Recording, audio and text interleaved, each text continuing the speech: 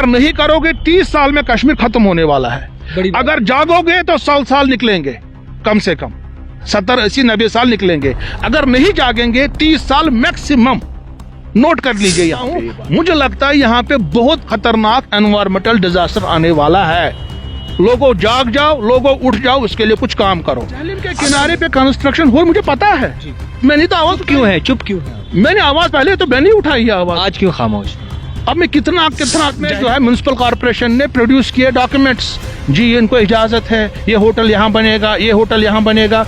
हमें पता ही नहीं चला वो होटल बना कैसे, कौन से गवर्नर साहब ने उस वक्त सत्यापन। हमेशा जो है हम बाकी चीज़ों पे तो ज़रूर बात करते हैं, चाहे वो पॉलिटिकल सिनेरियो चल रहा हो, बाकी ऐसी चीज़ें हो, या फिर जितने भी सोशल एक्टिविस्ट हैं वो अपनी ओर से बाकायदा तौर पर लोगों की मदद करने की कोशिश करते हैं। मगर अफसोस से कहना पड़ रहा है कि इन्वायरमेंट, अगर माहौल की आलूदगी की बात करें या बाकी ऐसी चीज़ों की बात करें, हमारे क्लाइमेट चेंज होने की बात करें, बाकी ऐसे कुछ मुद्दों की बात करें, उन पे कोई खास जो है बातचीत नहीं करता।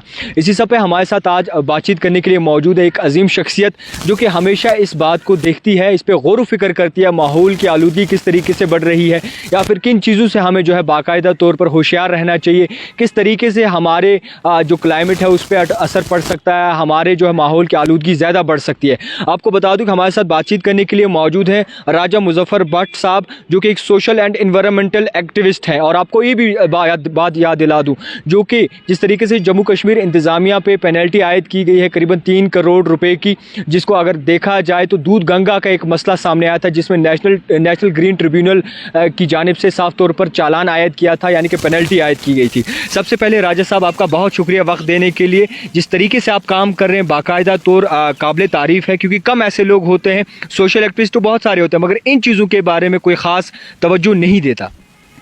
बहुत बहुत शुक्रिया जावेद साहब। पहले तो मैं टाइपराइटर का बहुत ही शुक्रिया अदा करता हूँ, खासकर आपका। मैं आपका शो हमेशा देखता रहता हूँ, आपकी बहुत अच्छी आवाज़ है और अच्छे मुद्दों को उठाते हैं आप। You are doing good journalism. तो ये तो एक बात है। दूसरी बात, जहाँ तक एनवायरनमेंट की बात है, क्योंकि देखिए हम ऐसे इलाके में रहते हैं जम्मू कश्मीर जो कि एनवायरमेंटली बहुत ही फ्रेजाइल है। जम्मू कश्मीर पूरा, इवन जितने भी हिमालयन स्टेट्स है, और इन हिमालयन स्टेट्स में और जम्मू कश्मीर में कश्मीर वैली, हम एक बाउल में रहते हैं। बिल्कुल दुरुस्त है। पहाड़ है हमारी चारों तरफ, ग्लेशियर्स हैं, पानी नीचे आ जाता है, प्लास्टिक वेस्ट जमा हो रहा है, कॉन्स्टेंटली जमा हो रहा है, कोई निकलने का कोई हिसाब किताब नहीं है। ऊपर से बिल्कुल क्लाइमेट चेंज हो रहा है, ऊपर से हमारे जंगलात कट रहे हैं, इलीगल माइनिंग हो रही है, बाकी चीज़ें हो रही हैं। तो मुझे लगता है कि अगले 20 सालों के बाद यहाँ पे एक बहुत ही खतरनाक डिजास्टर आने वाला है। बिल्कुल बिल्कुल बिल्कुल, जो मुझे लग रहा है, जो मैं पढ़ रहा हूँ, रिसर्च कर रहा हूँ, आरटीआई से मैं इंफॉर्मेशन ला रहा हूँ, पिछले 10 साल से कॉन्स्टेंटली इस मुद्दे पे काम कर रहा हूँ, और मुझे लग रहा है कि यहाँ पे एक एनवायरमेंटल डिजास्टर होने वाला है, त्रासदी होने वाली। एक त्रासदी तो होगी 2014 का जो फ्लड्स आया, और मुझे लगता है कि अगर हम नहीं जाग जाएंगे, कश्मीर की सियासत भी यहाँ ही रहेगी, पॉलिटिक्स भी यहाँ ही रहेगी, 370 भी यहाँ रहेगा, स्टेटहुड भी यहाँ ही रहेगा। हमको किसी और इशू को देखना पड़ेगा और इशू से हम जूझ जाएंगे।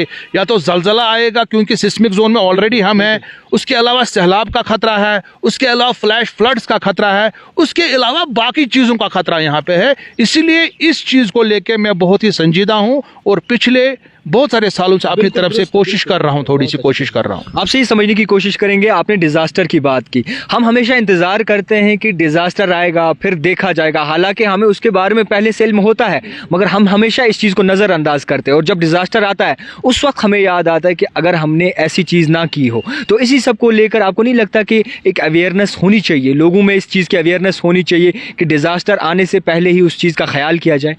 जावेद साहब, बहुत अच्छी बात आपने की। आपने कहा कि जब डिजास्टर आता है, जब जलजला आता है, जब सैलाब आता है, उसके बाद ही लोग उठ जाते हैं, फिर रिलीफ का काम करते हैं, उसके बाद रिहेबिलिटेशन का काम करते हैं। मगर अक्लमंद लोग वो हैं जो डिजास्टर आने से पहले ही डिजास्टर की तैयारी करें। या तो कोशिश करें डिजास्टर आए ना, कुछ डिजास्टर ऐसे हैं कि जो हम रोक सकते हैं, जो हमारे हद तक है, जैसे फ्लड्स टाइप का या और किसी टाइप का डिजास्टर हो, मैन मेड डिजास्टर जिसे कह सकते हैं हम, सॉइल इरोजन कह सकते हैं, इलीगल माइनिंग बोल सकते हैं, जंगलात का कटाव है, वो हमारे तक है। कुछ डिजास्टर हमारे इससे बाहर है, बट ऐसे डिजास्टर्स हम उसको कंट्रोल कर सकते हैं। आज भी मैं एक प्रोग्राम में था यहाँ पे, मतलब ये जो हमारा अभी सब क्या बोलते हैं, परसों वर्ल्ड डिसेबिलिटी डे आने वाला है, उस हवाले से काम करते हैं लोग। मगर इन डिसेबिलिटी को हम कैसे रोक सकते हैं, कैसे कम कर सकते हैं, उसके लिए बात हो रही थी वहाँ पे कि हम प्रोएक्टिव कैसे बने पहले ही। बट अफसोस की बात है कि उतना यहाँ पे जो काम उस पर नहीं हो रहा है। अपनी तरफ से जो हमने कोशिश की, हम नेशनल ग्रीन ट्राइब्यूनल जाते हैं, क्योंकि वो एक ऐसा इदारा है जहाँ पे आप एनवायरनमेंट रिलेटेड जहाँ पे केस कर सकते हैं, वो एक इदारा ऐसा है जिनके पास कोर्ट के पावर्स है, सुप्रीम कोर्ट के जजेस वहाँ पे हैं, उनके पावर्स वहाँ पे है। वहाँ पे एयर पोल्यूशन, वाटर पोल्यूशन, बाकी चीज़ों के हवाले से केसेस किए जा रहे हैं। और मैंने वहाँ पे दूध गंगा का जो पोल्यूशन हो रहा है, कॉन्स्टेंटली उसमें गंदा मवाद डाला जाता है और वही पानी 5 लाख लोगों को पिलाया जाता है, उसमें गैर कानूनी तौर से इलीगल माइनिंग हो रही है। उस हवाले से मैं वहाँ गया। आपने कहा 3 करोड़, खाली 3 करोड़ नहीं, पहले 3 करोड़, उसके बाद 35 करोड़ और टोटल 38 करोड़ सरकार पे जुर्माना हुआ है। और सबसे बड़ी बात है, ये जुर्माने का जो पैसा है, इसको एनवायरमेंटल के ही कामों पे खर्च करना है। ये नहीं कि उसको निकाल दिया और क्या बोलते हैं बाद में किसी और फंड में जाएगा। ये माहौलियाती इसको निज़ाम को ठीक करने के लिए ही ये पैसा इस्तेमाल किया जाएगा। अगर स्मार्ट सिटी की बात करेंगे, एसएमसी की बात करेंगे, दावे उरूज पर हैं, हर एक बार जो है नया दावा होता है। अगर देखा जाए बटमालू के एरिया की बात करें या फिर दूध गंगा की जैसे बात करें, मुख्तलिफ ऐसे एरियाज़ की बात करें, आलूदगी दिन ब दिन बढ़ रही है और यहाँ पे दावा है कि एसएमसी बड़ा अच्छा काम कर रही है। आपके नज़रिए से किस तरीके से एसएमसी काम कर रही है? देखिए जावेद साहब, सबसे बड़ी बात है कि श्रीनगर म्युनिसिपल कॉरपोरेशन जो है, टेक्निकल बात बताऊंगा मैं पहले। कुछ चीज़ें ऐसी हैं कि जो बिल्कुल उनके भी बाहर है। अब मैंने बोला हम ऐसे एक जगह पे रह रहे हैं जहां लैंड श्रिंक हो रहे दिन ब दिन। जम्मू कश्मीर की जो लैंड होल्डिंग इस वक्त है कश्मीर वादी की, it's mayor 4 canals technically on ground. कागजात में तो लिखा है 8-9 कनाल लिखा है, बट टेक्निकली कागजात में जो लिखा है खाली 4 कनाल की ज़मीन रहेगी एग्रीकल्चर लैंड होल्डिंग। पिछले 10 साल से 15 साल से श्रीनगर म्युनिसिपल कॉरपोरेशन ढूंढ रही है नई लैंडफिल साइट, जहां पे वो एक साइंटिफिक बुनियाद पे एक वेस्ट मैनेजमेंट का प्रोग्राम चला है, जहां पे पूरा शहरी श्रीनगर वेस्ट को ट्रीट किया जाए। उनको जगह नहीं मिल रही है। और दूसरी तरफ से जो वहां पे सिस्टम चल रहा है, आपको पता ही है, काम सही नहीं हो रहा। उनके पास अमला कम है, गाड़ियां कम है और वेस्ट बिल्कुल लाल चौक में होता है। पिछली बार वो लड़का एक था जबरान, उसने दिखाया था, वो बाद में सोशल मीडिया पे, लाल चौक में वेस्ट ओपनली वेस्ट के ढेर में तब्दील हो चुका है श्रीनगर शहर। और ये वेस्ट कहाँ जाता है? या जहली में जाता है या डल में जाता है। इसमें कुछ जिम्मेदार इसका कौन है? इसका जिम्मेदार 80% उठाया। इसमें जिम्मेदार यहाँ की एडमिनिस्ट्रेशन। बिल्कुल, एडमिनिस्ट्रेशन भी, लोग भी कुछ जिम्मेदार हैं, बट लोग उतने नहीं हैं। आमतौर पे बहुत सारे ये कहे लोग अरे लोग क्या करें यार, कहाँ जाए sir, because we live in a welfare state. हम वेलफेयर स्टेट में रहते हैं। सरकार को इसके लिए प्रोग्राम चलाना, सरकार को फीस लेती है, इस लोगों सैनिटेशन फीस लेती है। अगर सैनिटेशन फीस लोग नहीं देंगे तो तब बात है, बट लोग तो फीस देने के लिए तैयार है। आप सर्विस तो दे दो, सर्विस नहीं मिल रही है लोगों को। बिल्कुल, ये सवाल आपसे रहेगा, माहौल का क्या सिस्टम का क्या माहौल है, स्पेशली अगस्त 2019 के बाद? देखिए 2019 के बाद ऐसा लग रहा था कि शायद जो गवर्नेंस यहाँ पे है वो ठीक हो जाएगी, बट बदकिस्मती से ऐसा मुझे कहना पड़ता है कि जो गवर्नेंस का मैकेनिज्म वो यहाँ के ब्यूरोक्रेट चला रहे हैं। और अफसोस की बात है कि ब्यूरोक्रेट्स के पास आवाम की रसाई नहीं है।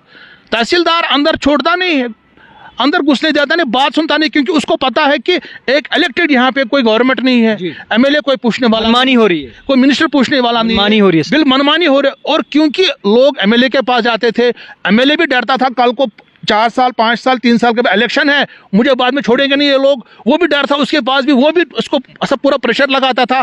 चलो अपने वर्कर्स का ही काम करता था, चलो उनका ही काम होता था। आजकल काम ही दिखता नहीं है कहीं पे। कुछ चीज़ों पे एलजी साहब ने काम किया, ऐसा नहीं है, जैसे गोल्डन कार्ड है, ये बाकी स्कीमें हैं, कुछ चीज़ें चल रही है, बट जो यहाँ पे बाकी चीज़ें हैं, गवर्नेंस का सिस्टम है, जैसे ओल्ड एज पेंशन की मैंने आज बात की सवेरे भी। ओल्ड एज पेंशन के लिए पूरे शहरी श्रीनगर के लोगों को बोला है कि शहरी श्रीनगर, डिस्ट्रिक्ट श्रीनगर, आप श्रीनगर में आ जाओ, अपनी वेरिफिकेशन कराओ। बारामूला के तमाम जिला बारामूला के लोगों को बोला है तुम बारामूला हेडक्वार्टर पे आ जाओ, वहां से बोला किश्तवाड़ के पहाड़ी लोगों से, पाडर वाडर के लोगों को तुम किश्तवाड़ टाउन में आ जाओ। ये कौन सा तरीका है? ये कौन सा गवर्नेंस का मॉडल है? गवर्नेंस का मॉडल तो घर जाना था सरकार को, सरकार के जो अमला है उनको घर जाना था लोगों के, वहां पे उनका जो वेरिफिकेशन करना था उनके घर जाके।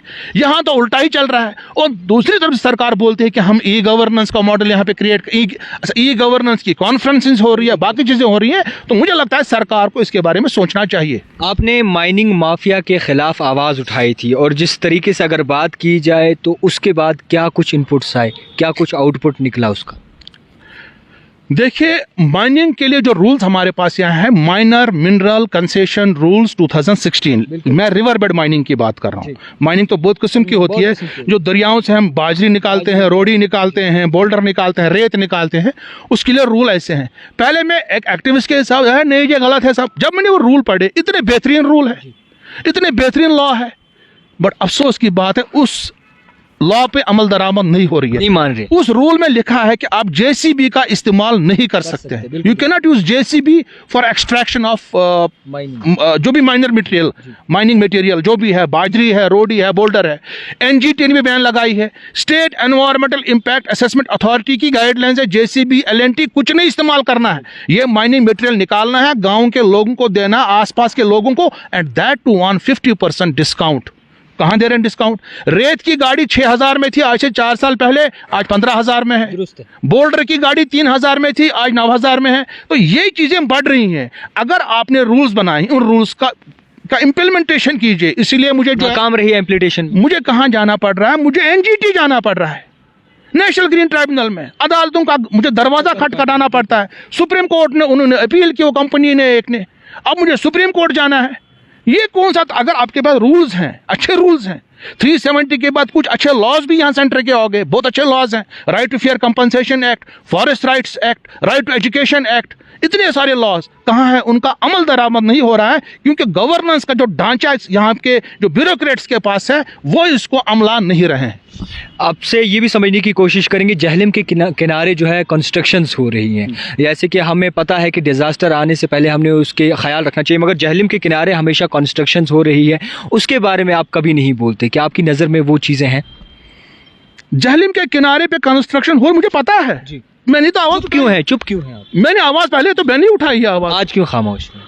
अब मैं कितना जहलिम को देखूं, दूधगंगा को देखूं, शालीगंगा को देखूं, डैले को देखूं, होकरसर को देखूं, वुलर को देखूं। वुलर मानसबल पे मैंने केस किया, वुलर के लिए मैंने पिटीशन की परसों सुप्रीम कोर्ट। जहलिम के किनारे आप भी जानते हैं कि बहुत ही ज्यादा किनारे में सबसे पहले मैंने आवाज उठाई, सरकार ने उसको बाद में इजाजत दे दी उनको।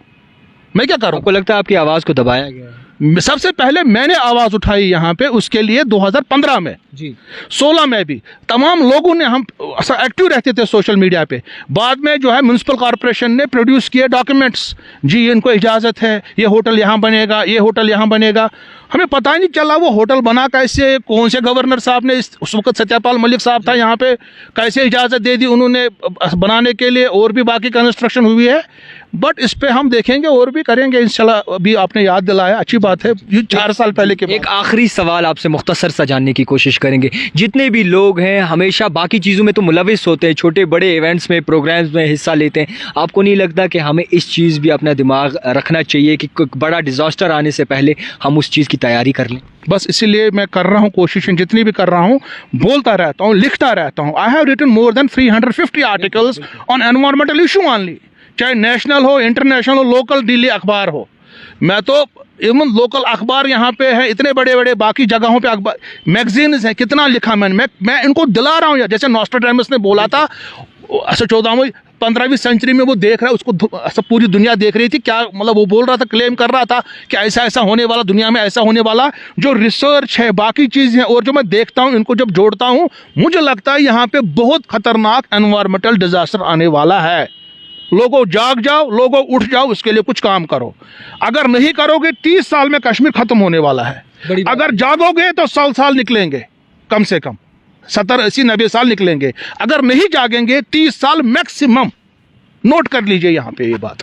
खैर आपने रिसर्च भी इसके बारे में की होगी, और क्योंकि आप बहुत अरसे से इस चीज़ पे जो है नज़रसाज कर रहे हैं। आपको बता दूं कि बहुत सारे ऐसे कम लोग होते हैं, आपने भी देखा होगा, मैंने भी ख़ास कोई तवज्जो नहीं दी इस चीज़ के बारे में क्योंकि मैं जानता ही नहीं था। मगर जिस तरीके से मुज़फ़्फ़र साहब ने इस चीज़ की वजाहत की, कहीं ना कहीं हमें इस चीज़ का ख्याल रखना चाहिए, हमें अपने माहौल को देखना चाहिए। एक बड़ा डिज़ास्टर आने से पहले, एक बड़ा जो है तूफ़ान आने से पहले हम अगर उस चीज़ को रोक सकते हैं, कंट्रोल कर सकते हैं, तो वो हमारे बस में है। हम हमेशा बाकी चीज़ों में मुलविस होते हैं, हमेशा बाकी चीज़ों में हिस्सा लेते हैं, मगर हम इन चीज़ों के बारे में भी सोचना चाहिए क्योंकि जम्मू कश्मीर में अगर देखें तो दिन ब दिन हालात बद से बदतर होते जा रहे हैं। इस चीज़ को बाकायदा तौर पर बचाने की, माहौल को बचाने की और बाकायदा तौर पर चीज़ों पर नज़र रखने की, किस तरीके से आलूदगी फैल रही है, बड़ा अच्छा काम कर रहे हैं सर हमारे। और आप भी इसमें बाकायदा तौर पर शिरकत करें ताकि हमारा आने वाला कल, हमारी आने वाली जनरेशन जो है बाकायदा तौर महफूज रहे। देखते रहिए द टाइपराइटर जावेद खान के साथ।